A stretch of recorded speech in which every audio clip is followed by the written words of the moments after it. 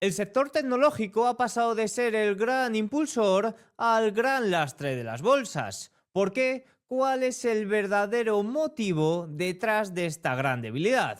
¿Y dónde podría estar el suelo?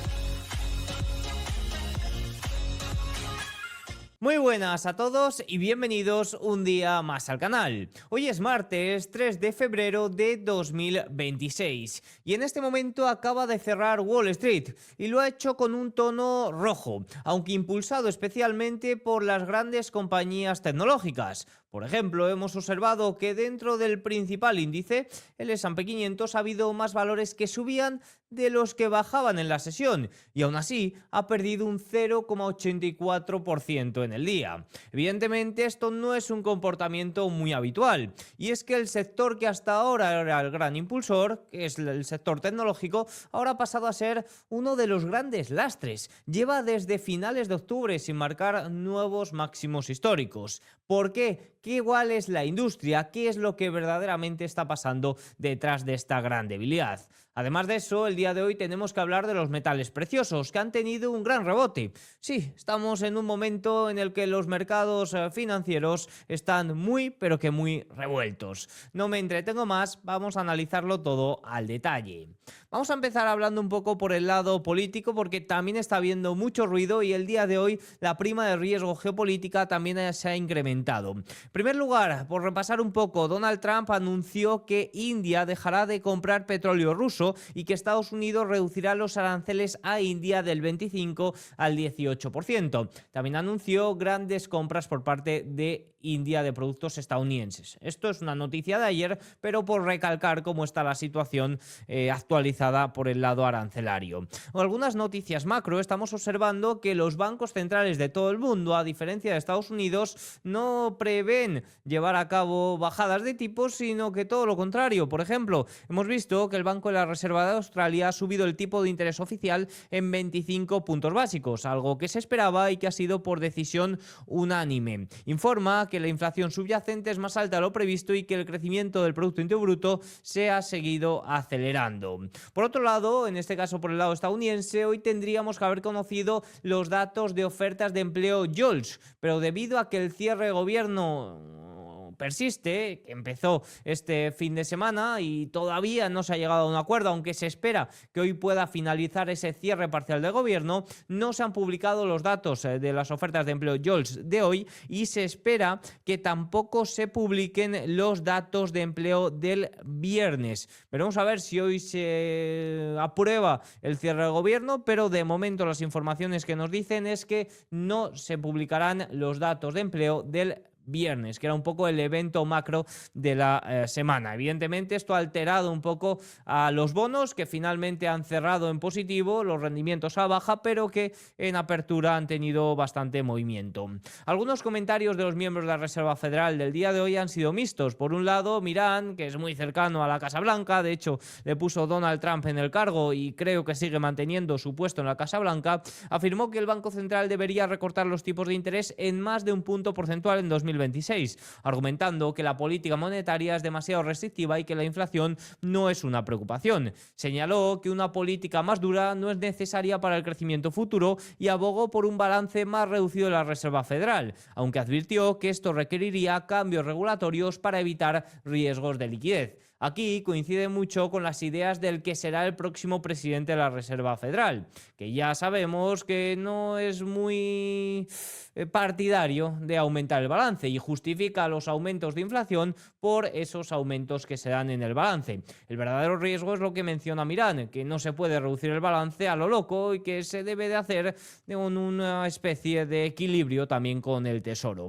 El presidente de la Reserva Federal de Raymond Barkin afirmó que los recientes recortes de tipos han ayudado al mercado laboral y que ahora el foco está en reducir la inflación, aunque reconoció que la economía es notablemente resiliente. Sobre el mercado laboral, señaló que las conversaciones con empresas sugieren que no están planificando despidos a gran escala, ya que la demanda se mantiene fuerte. Esto contrasta un poco con los que han mostrado, con otros miembros que han mostrado su preocupación por el mercado laboral. Por tanto, la conclusión que podemos sacar por este lado es que no tiene mucha idea de seguir seguir apostando por bajadas de tipos.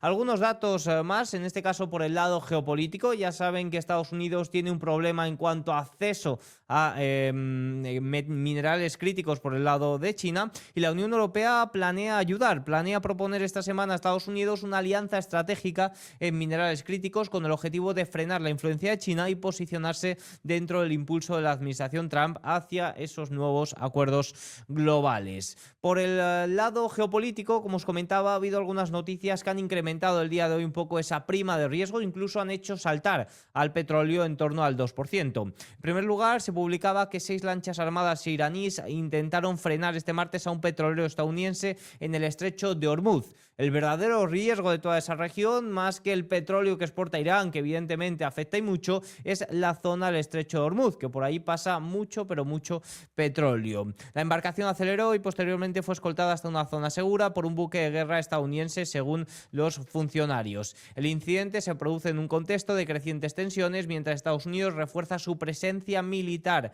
en la región y prepara conversaciones nucleares con Irán. El ejército de Estados Unidos también se ha publicado que derribó un dron iraní que se aproximó a un portaaviones de la Marina estadounidense en el mar Arábigo. Y luego Irán parece que está presionando para cambiar el lugar y el formato de las conversaciones nucleares con Estados Unidos, que se prevé que tengan lugar el viernes. Y también limitará un diálogo bilateral entre Estados Unidos e Irán sin la participación directa de países de la región. Se dice que esto podría poner un poco en riesgo el esfuerzo diplomático que está haciendo Estados Unidos y complicar la desescalada. De momento, lo que ha ocurrido en cuanto a reacciones es un alza, una recuperación después de la caída de ayer del petróleo. Y dicho esto, vamos a hablar ya del sector tecnológico, porque está habiendo mucho, pero que mucho movimiento por este lado. La sesión de hoy ha sido catastrófica, no para el sector tecnológico en conjunto, sino para una industria del sector tecnológico que ya veníamos comentando muchos meses que estaba muy, pero que muy debilitada. El software. Fíjense, Nvidia no se dedica al software, se dedica a los semiconductores, pero vive de la demanda de las compañías o de que todo vaya bien. Pero bueno, el caso Nvidia, que es un poco el estandarte de la inteligencia artificial, prácticamente no se ha movido desde el verano pasado. En cambio, los valores asiáticos ligados a la inteligencia artificial, en este caso como por ejemplo Samsung Electronics y demás, pues sí que han tenido un poco más de movimiento. Al final, lo que ha ocurrido con Nvidia es que estaba teniendo un comportamiento excelente, un crecimiento ingresos excelente que justificaba la gran aceleración que tuvo por el lado de la cotización, pero que llega a un punto en el que hay que parar y aceptar un poco esas elevadas valoraciones, que curiosamente tiende a coincidir con esas desaceleraciones del crecimiento de los ingresos. Esto no es para nada negativo, incluso es un factor muy positivo para que se vuelva a acelerar el movimiento tanto en cuanto al crecimiento de ingresos como al crecimiento de la cotización. Y bueno, pues Nvidia está, como se suele decir,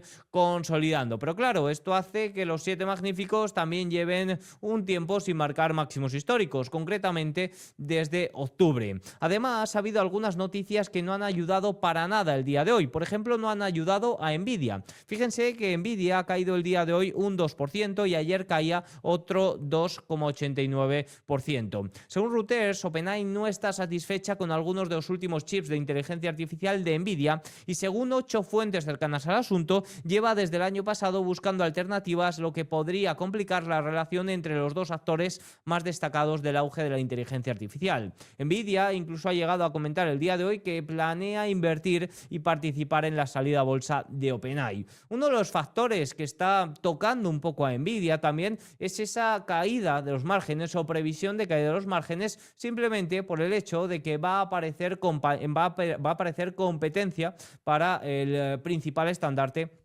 de la inteligencia artificial hasta ahora. Otras noticias que no han ayudado al campo tecnológico el día de hoy es que el director ejecutivo de OpenAI declaró el lunes su preocupación por la posibilidad de que Estados Unidos ya no sea líder en inteligencia artificial de código abierto, señalando que su adopción es más lenta de lo previsto. El director ejecutivo de Intel también añadió que fuentes bien informadas creen que China ahora lidera a Estados Unidos en ese campo. Evidentemente, estos son noticias que no ayudan para el sector tecnológico en general.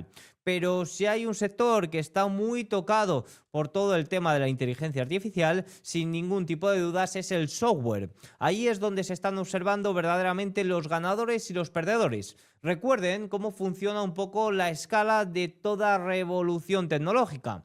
En primer lugar, se ven beneficiados, en este caso, por ejemplo, los semiconductores, que son los que permiten hacer un poco ese hardware. Luego se ven beneficiadas las compañías de hardware. En este caso, pues, por ejemplo, se han visto muy beneficiadas todo el tema de diseño de chips y demás. Y luego se tienden a ver beneficiadas compañías de software o compañías que adaptan un poco todas estas herramientas que se están creando de inteligencia artificial. Y aquí es sin ningún tipo de dudas donde se han observado mayores ganadores y perdedores dentro de esta carrera. Bueno, podríamos decir que por el lado del hardware también, o de la creación de ese hardware también, por ejemplo, Intel ha tenido bastante debilidad y ha habido un claro ganador, ¿no? Que ha sido sin ningún tipo de dudas Nvidia. Pero ahora estaríamos en la fase un poco más de software y hay compañías que no se están adaptando a esto y que están siendo muy castigadas. Y muchas de ellas es cierto que tenían una valoración bastante exigente que ha coincidido también con una fase de desaceleración del crecimiento de los ingresos. Pero claro, es que la inteligencia artificial avanza a tal velocidad que cada momento que se anuncia una nueva actualización, la verdad es que elimina un porrón de compañías muy rápido. Fíjense, hoy la caída del software ha sido amplificada por la incursión de Anthropic en el sector legal, algo que está hundiendo a las acciones de servicios de datos. Fíjense que si nos vamos a analizar un poco qué es lo que ha ocurrido, porque, por ejemplo, Microsoft también ha caído un 2,87% el día de hoy. Si nos vamos a las noticias, pinchamos aquí, nos vamos a routers y dice: las nuevas herramientas de inteligencia artificial de Anthropic agravan la venta de valores de análisis de datos y software según los inversores. El martes se intensificó esta venta. El desarrollo de inteligencia artificial Anthropic lanzó el viernes plugins para su agente Cloud Cowork que automatizarán tareas legales de ventas, marketing y análisis de datos. Este movimiento ha desatado la preocupación de una inminente disrupción impulsada por la IA en la industria de datos y servicios profesionales, que una vez fueron vistos como los principales beneficiarios de la era de la inteligencia artificial. Los que se pensaba que podían ser los ganadores, en este momento no lo están siendo. Fíjense, el sector software cae a mínimos desde abril de 2025 y se deja casi un 30% desde máximos históricos. Ya viene teniendo unos meses una tendencia bastante preocupante. La verdad es que no debería de haber nadie sorprendido por todo esto. Fíjense, la divergencia entre la exposición de los fondos de cobertura a las empresas de semiconductores y las empresas de software nunca había sido mayor. Se están ponderando al alza en empresas de software y están dejando de ponderar esas compañías más de... están yendo al alza compañías de semiconductores y están dejando atrás las compañías de software. Y si nos vamos a mirar los sectores, dentro del sector tecnológico, que está prácticamente en un rango lateral después de los máximos que marcó en octubre, podemos observar dos claras tendencias. En primer lugar, los semiconductores, ahí pueden ver la tendencia, y en segundo lugar, el software, ahí pueden ver la tendencia. También hay ganadores y perdedores por el lado de telecomunicaciones y ciberseguridad. Fíjense que la ciberseguridad, lo que ha salido el día de hoy, no ayuda y también está teniendo un comportamiento muy similar al software. Por el contrario, vemos cómo las telecomunicaciones están siendo el gran líder junto a los semiconductores dentro de la rama tecnológica. Es decir, dentro del propio sector tecnológico hay industrias que están siendo mucho más perdedoras que otras. Más cosillas, fíjense, esta gran caída que estamos viendo por el lado de las compañías de software supone un gran riesgo para las empresas que se dedican a financiar este software. Por ejemplo, me viene a la cabeza Blackstone, Blue One también. Fíjense, aquí podemos observar el mal comportamiento que han tenido estas compañías recientemente. Incluso en el informe de condiciones de préstamos bancarios de la Reserva Federal correspondiente al tercer trimestre que se publicó ayer, indicó que podrían estar teniendo más dificultades para acceder a préstamos, haciendo referencia a estas compañías de software. Una parte importante de los bancos informaron que era menos probable que aprobaran dichos préstamos a empresas afectadas negativamente por la inteligencia artificial. Hay que tener en cuenta que el software es la mayor exposición sectorial para las empresas de crédito privado, en torno al 20% de las carteras, lo que hace que el sector sea particularmente sensible a la reciente caída de valoraciones de acciones y crédito.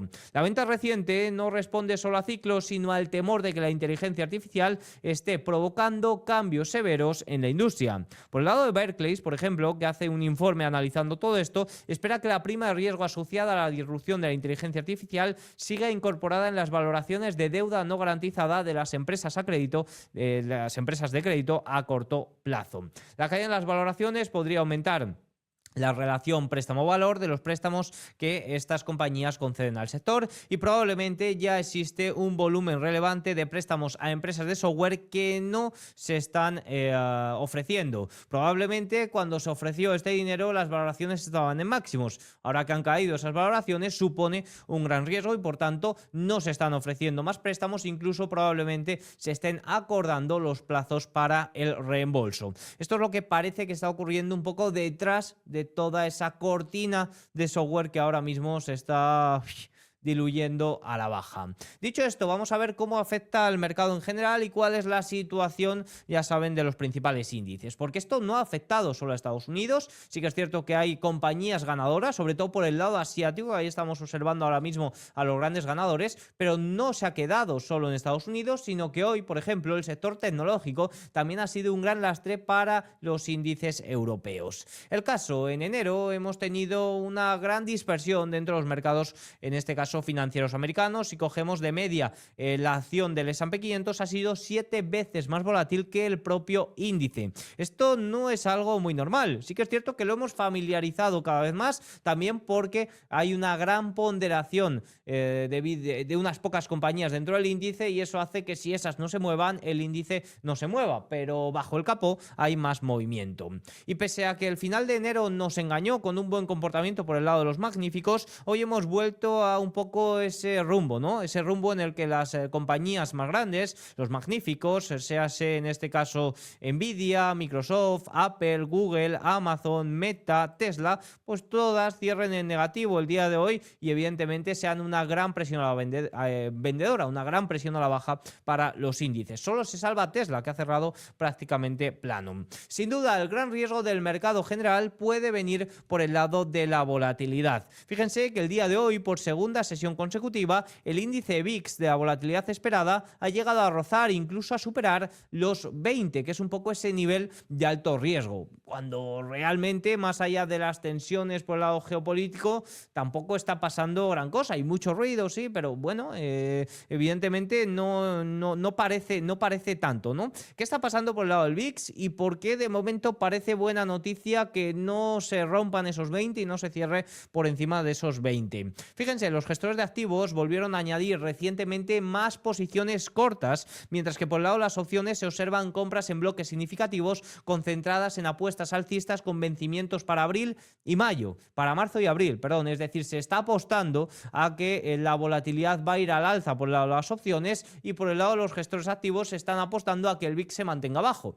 Esto es un cóctel que, en caso de que haya un pequeño salto por el lado del VIX, por algún casual, un evento que lo haga saltar, puede provocar un movimiento brusco al alza que podría amplificarse tanto por las compras de cobertura de los dealers como por un posible cierre de cortos por parte de los gestores de activos. Por tanto, vamos a decir que el posicionamiento está muy alineado para que cualquier mínimo susto pueda provocar un movimiento al alza fuerte por el lado de la volatilidad. ¿Y cuál es el verdadero riesgo de esto? Pues que un salto de la volatilidad relativa lo que va a hacer es presión vendedora, añadir presión vendedora para el índice. En este caso, si analizamos el mapa de Gamma, vemos un poco lo mismo que en las últimas sesiones. Aquí podemos observarlo, cortesía del buen amigo JJ Montoya, que os dejo abajo en la descripción el enlace a su newsletter. Podemos ver que por arriba los 7.000 puntos parecen el nivel techo, el nivel más importante. Cada vez que se acerca a ese nivel, pues ya vemos que hay una corrección. Y luego por abajo, el nivel más importante es el 6.900, pero en torno a los 6.940,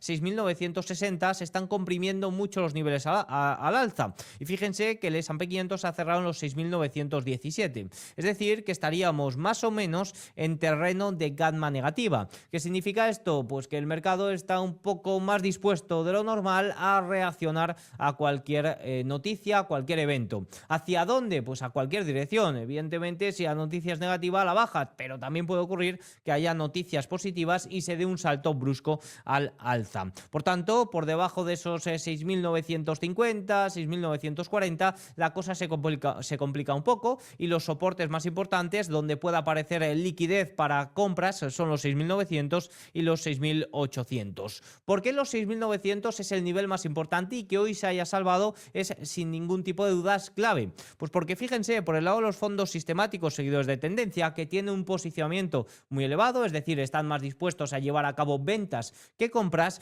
el primer nivel de venta que tienen marcado a corto plazo son los 6.900, y estos fondos sistemáticos seguidores de tendencia tienden a ejercer esa presión vendedora tanto en la apertura como especialmente al cierre de mercado. Por tanto, si llegábamos a cerrar el día de hoy por debajo de estos 6.900 puntos, de cara a las próximas sesiones probablemente aparecería esa presión vendedora tanto en apertura como en cierre. Por tanto, esto es un factor que es muy importante y que el día de hoy medianamente se ha salvado con ese rebote a última hora. Evidentemente nadie sabe lo que puede pasar, pero sí que es cierto que se están dando algunas dinámicas de mercado que no son muy positivas en cuanto a movimientos al alza. No estoy diciendo que tenga que haber una corrección sí o sí, pero que no son muy positivas, no son grandes indicadores de fortaleza, todo se ha dicho. Por ejemplo, fíjense este backtesting que nos muestra Subutrade, que muestra que el sector defensivo ha subido el día de hoy un 2%, mientras que el sector tecnológico ha bajado un 2%. No sé si ha cerrado finalmente así, fíjense, XLK ha caído un 2,19% y el sector defensivo no ha llegado a ganar un 2%, pero casi, un 1,92%. El caso es que cuando esta dinámica tiende a darse, solo ha ocurrido en la burbuja.com entre los años 2000 y 2001 y en enero de 2025, justo antes de los aranceles de Trump. Y sin ningún tipo de dudas es un backtesting bastante catastrofista, sobre todo a 1 o 3 meses vista. Por tanto, vamos a estar muy pendientes, sobre todo porque el movimiento que hemos visto por el lado del sector defensivo, sin ningún tipo de dudas, es una clara señal, y más teniendo en cuenta esa debilidad que vemos por el lado tecnológico. Y además, también se activó una señal muy importante por el lado de la amplitud. Sinceramente no sé cómo se pronuncia, lo he estado intentando pero no me sale, Hindenburg Omen o algo así. Ya hemos hablado de ella en este canal y se activa cuando ocurren varios criterios, sobre todo por el lado de la amplitud. En primer lugar, que el mercado esté en una tendencia alcista, pues vamos a suponer por encima de medias importantes, ¿no? Un porcentaje elevado de las acciones alcanzan nuevos máximos de 52 semanas y al mismo tiempo un porcentaje similar alcanza nuevos mínimos de 52 semanas, es decir, cuando nos muestra una gran dispersión de mercado. Luego las reglas son más estrictas, pero bueno, por hacernos una idea de lo que muestra. El caso es que se ha activado esta señal, se activó el jueves pasado, y también es cierto que a corto o medio plazo, a unas semanas vistas, suele tener un backtesting bastante débil, sobre todo 2-3 semanas suele tener un backtesting bastante débil. Y con esto no estoy hablando, como digo, de que tenga que haber una corrección sí o sí, sino que no estamos viendo sin ningún tipo de duda señales de fortaleza. ¿Qué puede cambiar? Bueno, pues es una semana de resultados empresariales. Oye, unos buenos resultados de Google podrían aumentar ese tono, esa perspectiva de riesgo por el lado de la inteligencia artificial, aunque por el lado de Google lleva siendo el ganador de la industria unos cuantos meses ya. Por tanto, no me extrañaría que siga mostrando esa debilidad por el lado de las compañías más afectadas. Y ya por último, un pequeño comentario sobre los metales. Fíjense que el día de hoy ha habido un gran rebote por el lado de los metales preciosos. Hemos visto al oro saltar un 6% y a la plata un 8%. Cuidado, porque un 6% parece poco dado los movimientos recientes que hemos visto, pero no sé hasta cuándo tenemos que remontarnos para ver un movimiento del 6% en el oro, que es una auténtica locura, un movimiento diario del 6%. Fíjense que ni recientemente ha tenido movimientos diarios del 6%, ni siquiera en picos un poco como lo que marcó octubre. Fíjense que esta vela es un 2% y he leído que tenemos que remontarnos muy atrás, no sé si 2006, una cifra por ahí entonces, no tengo la cifra exacta, pero no son movimientos normales los que estamos viendo por el lado de los metales preciosos, ni a la baja, ni evidentemente al alza, son movimientos totalmente históricos. Y fíjense, Ayer se observó un descenso muy, pero que muy modesto en la volatilidad de los metales preciosos, que sigue siendo muy elevada. Por tanto, tengan cierta precaución porque los movimientos tan bruscos que estamos viendo creo que se van a mantener un tiempo más. Y fíjense este dato porque es una auténtica locura. La volatilidad realizada a 30 días del oro ha superado el 44%, el nivel más alto desde la crisis financiera de 2008, según Bloomberg. Esto supera el aproximadamente 39% que tiene de volatilidad realizada a 30 días Bitcoin. Desde la creación de Bitcoin hace 17 años, el oro solo ha sido más volátil en dos ocasiones. En mayo del año pasado y en esta. Fíjense que las dos ocasiones han ocurrido en un plazo de solo un año. Estamos viendo auténtica historia por el lado de los metales preciosos y en este momento la volatilidad sigue siendo muy, pero que muy elevada. Para mañana tenemos datos de inflación en la eurozona muy importantes dado ese movimiento al alza que se está viendo en los rendimientos. También se espera que conozcamos el PMI de servicios en la eurozona, también evidentemente en Reino Unido. En Estados Unidos conoceremos el ISM de servicios y también se espera que conozcamos los datos de empleo privado ADP. Se esperan en torno a la creación de 40.000 nuevas nóminas. La verdad que es un dato que, como nos muestra la evolución semanal, se suele sacar bastante bien y últimamente está muy en línea con las estimaciones. Para mañana el mercado reaccionará a los resultados de AMD, también conoceremos Uber antes de la apertura y también conoceremos resultados de Alphabet al cierre. Así que mañana día muy, pero que muy movidito y veremos a ver si cambia la dinámica del principal sector de, en este caso, los mercados, las bolsas, que es la tecnología, que no está pasando por sus mejores momentos, especialmente en la industria del software. Así que nada, tienen todos los datos, espero que os haya gustado el vídeo. Si es así, hacedme algún like, un comentario y nos vemos mañana. Chao.